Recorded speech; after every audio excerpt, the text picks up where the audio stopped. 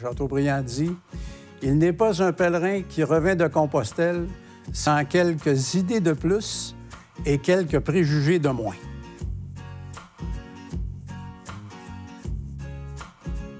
Alors, le fait de Compostelle, pour moi, c'était... Il y avait une aventure, il y avait un défi physique. Il y avait un aspect aussi, j'allais dire, historique. Je me suis intéressé à mes ancêtres qui venaient du Poitou-Charentes.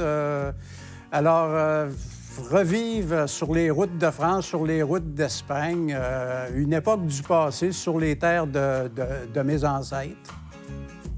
J'appellerais ça une espèce de retraite fermée, pour vivre quelque chose à l'intérieur de moi-même. Je me suis dit, la meilleure façon de vivre ça dans mes tripes, c'était de le faire. Alors, je me suis préparé, me suis lancé sur la route en 1995 et j'ai pris beaucoup de notes. J'ai enregistré sur cassette mes impressions, ce que je vivais. En fait, c'était le but, comme je viens de vous dire, de vivre une expérience.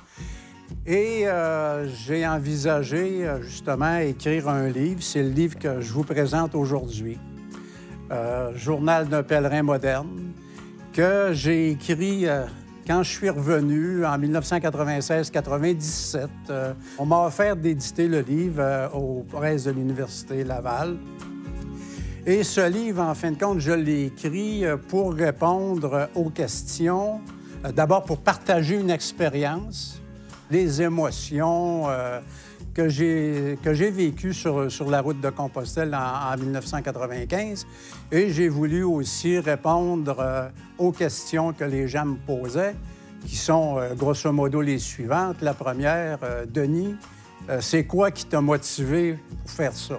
La deuxième question, bien, tu t'es préparé comment? Parce qu'on ne se lance pas sur la route, là, faire 1800 km, 30 km par jour, sans préparation physique, préparation de logistique.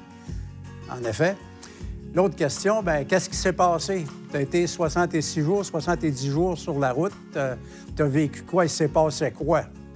Puis la dernière question, bien, qu'est-ce que ça t'a donné? Ça t'a-tu donné? Ça t'a-tu apporté quelque chose? As-tu vécu le nirvana ou non? Alors, je réponds à ces questions-là, puis c'est ce que je veux partager avec vous. Comme je raconte une expérience vécue au jour le jour, le livre s'adresse aux gens qui veulent lire une expérience, aux gens qui veulent se renseigner sur l'histoire, la création du pèlerinage, donc sur le côté historique. Ça s'adresse aussi aux marcheurs. Donc, non, il n'y a pas de catégorie de gens en particulier. Ce que j'ai voulu partager avec vous, c'est non seulement une expérience livresque.